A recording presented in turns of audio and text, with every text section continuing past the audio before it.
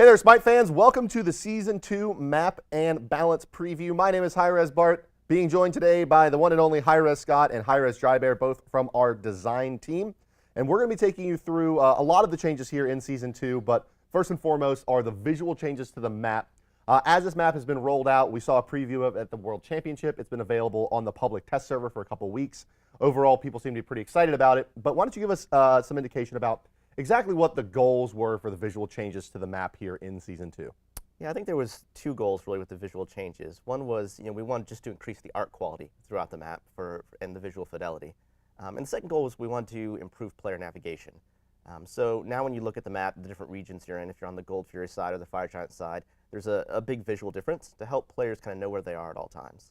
Well, part of Season 2, the big thematic changes for the season are increasing variation amongst gods, playstyles, builds, and what you can really do with the map, and how the map allows you to kind of make these changes and build these compositions.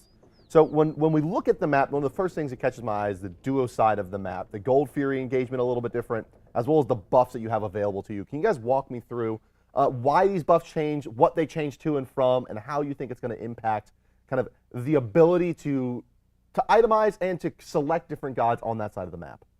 Yeah, I think one of the things we can start with is talking about the mana buff. Because when we looked through really Season 1, one of the themes we saw is that there was just too much available mana in the map.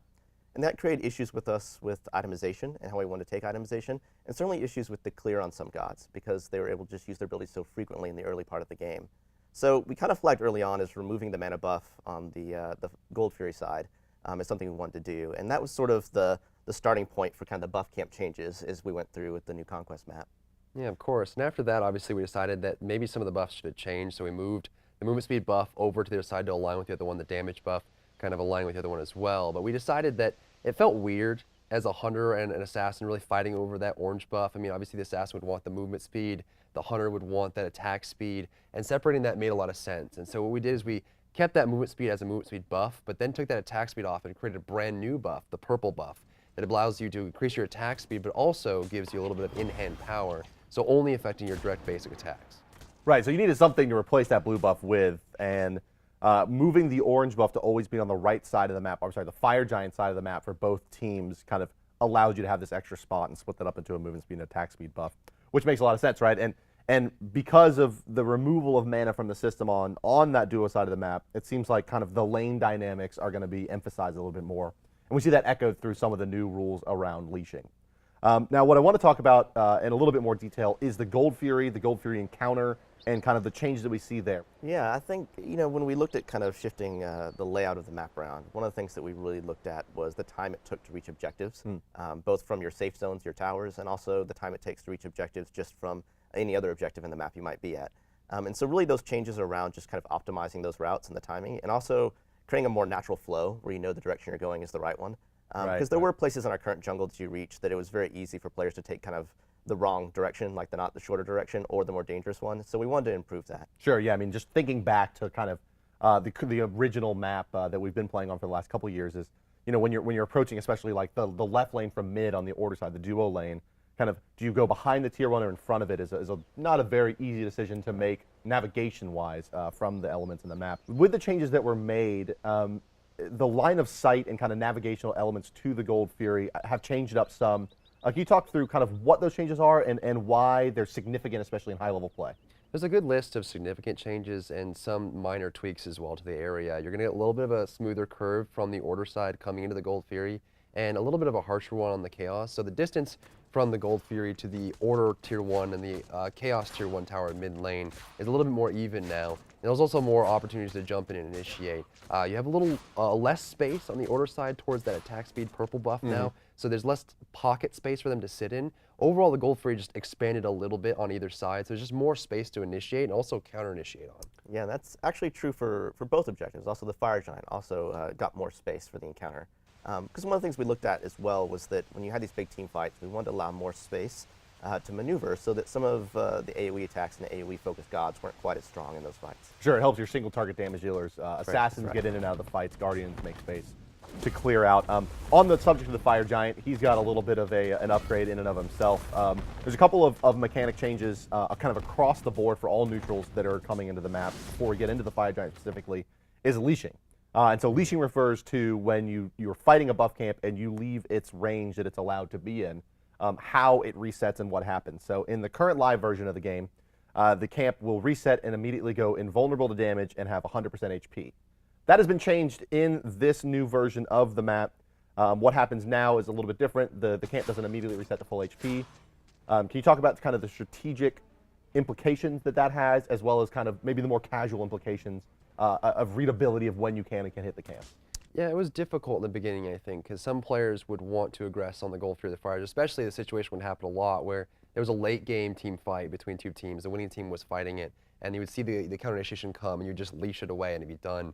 There wasn't much downside there, so we wanted to have more opportunity, along with the space created for the fire giant area, for different team comps to get in there. If your team comp is not 100% objective focused, you'd have an opportunity to really leverage your team fight space to take over that fire giant. If you're really starting a fire giant or a gold fury, that's a more permanent decision now. We talked a bit about how the geometry around the fire giant's different in the world, but the way that engagement works now is quite a bit different. As before, he kind of raised the lava pit and would throw lava balls at you, occasionally knocking you up. That has been changed significantly now to a much different engagement. Can you walk through some of kind of the big aspects of how that's working now, and maybe try to give us an indication of what kind of gameplay would be required to fight him? As before, it would kind of stand and tank it and then kill it with the hand of the gods. Now it seems to be a little bit different. There's a lot more mobility required to fight the fire giant. I mean, instead of creating an entire pool of lava in that area, now he creates little pits that appear around everyone in the area, regardless of team. I got killed by this. Just aggressing team, defensive team, whoever's attacking the fire giant, if you're in that area, he creates a pit at your feet that does a large amount of damage very, very quickly, and so you have to step outside of it. And you can actually control this a bit. Obviously, you can sit around the outside and create pools and walls that prevent people from going in. Not only that, but he also has this ground-targeted line skill that'll throw on the ground, and after a brief second, it'll pop you up into the air as it used to before. And he also has a range and melee attack. So it's much more engaging to play him, and it's also something you have to be very careful to move while you're going around. You can't just sit and fight him and try and lifesteal through. In terms of kind of going back to that theme of immersion, you know, as the new player experience continues to be a more and more important part of the game in Season 2, how do these kind of more varied engagements yield to that? I mean, we see it echoed even through the normal buff camps. I think a lot of it was just around increasing the immersion. You know, when we had the mana camp and the guys that looked like mages, you know, shifting it up so the battle's a little bit different so that they're using range attacks was just something that seemed to be enjoyable. It changes up a little bit also your strategies there because they don't pull as far. Right. If you're trying to pull them into the corner. And we like the way that kind of changed that fight a little bit. So I think it was a combination of just adding kind of new fun gameplay elements and just making it a little more immersive for players.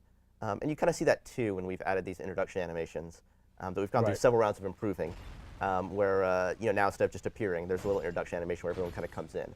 And for the boss objectives, there's actually a really big introduction animation, which is all around really just increasing kind of the excitement players have, you know, when they're there. You know, when you see the Gold Fury flying through the map for the first time, it reinforces also, you know, what side of the map you're on.